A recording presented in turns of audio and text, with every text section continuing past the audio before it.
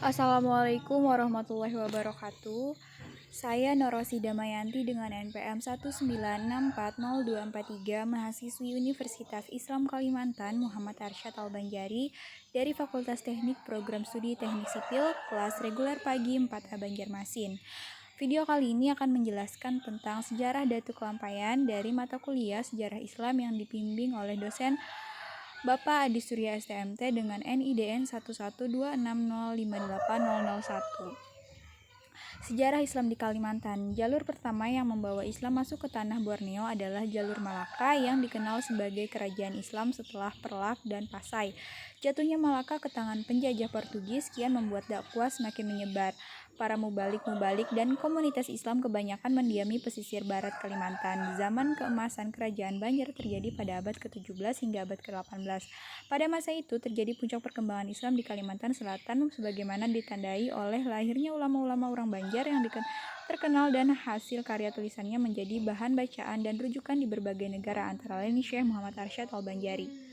Islam masuk ke Kalimantan Selatan lebih belakangan ketimbang misalnya Sumatera Utara dan Aceh. Seperti diungkapkan Azra, diperkirakan pada awal abad ke-16 sudah ada sejumlah muslim di sini, tetapi Islam baru mencapai momentumnya setelah pasukan Kesultanan Demak datang ke Banjarmasin untuk membantu Pangeran Samudera dalam perjuangannya melawan kalangan elit di Kerajaan Daha.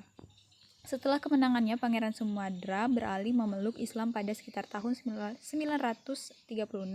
sampai 1526 dan diangkat sebagai Sultan pertama di Kesultanan Banjar. Dia diberi gelar Sultan Surian Shah atau Surian Allah oleh seorang dai Arab. Dengan berdirinya Kesultanan Banjar, otomatis Islam dianggap sebagai agama resmi negara. Karena itu tidak berlebih jika Muhammad Nafis dan terlebih Muhammad Arsyad Al-Banjari.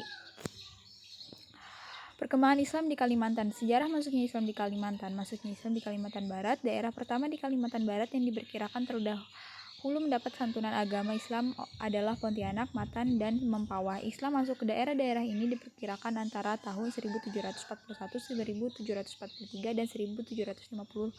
Menurut salah satu versi, pembawa Islam pertama bernama Syarif Hussein, seorang Arab. Faktor-faktor yang membuat Islam dapat dengan mudah menyebar ke daerah pedalaman yaitu melalui perkawinan, melalui perdagangan, melalui dakwah, melalui kekuasaan, melalui kesenian. Masuknya Islam di Kalimantan Selatan, jika dilihat masa pemerintahan Raden Samudera atau berdirinya Kerajaan Banjar, maka ketika iman terakhir itulah salah satu di antara mereka mungkin merupakan tokoh yang hadir untuk mentabiaskan Raden Samudera. Sementara itu, dalam sejarah Banjar terkenal seorang penghulu bernama Khatib Dayan. Bagi masyarakat Banjar, Khatib Dayan dikenal sebagai penyebar Islam pertama di Kalimantan Selatan. Dia juga dikatakan sebagai seorang yang berjasa.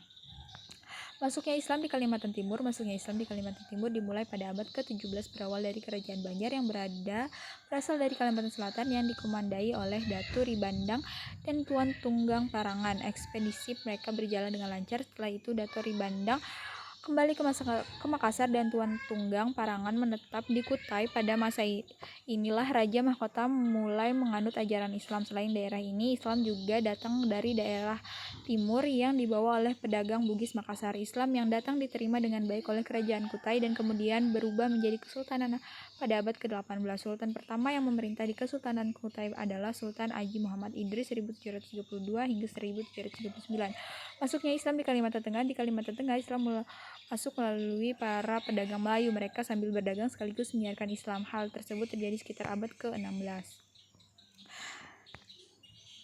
Sekian dari saya. Atas perhatiannya saya ucapkan terima kasih. Mohon maaf jika ada kekurangan.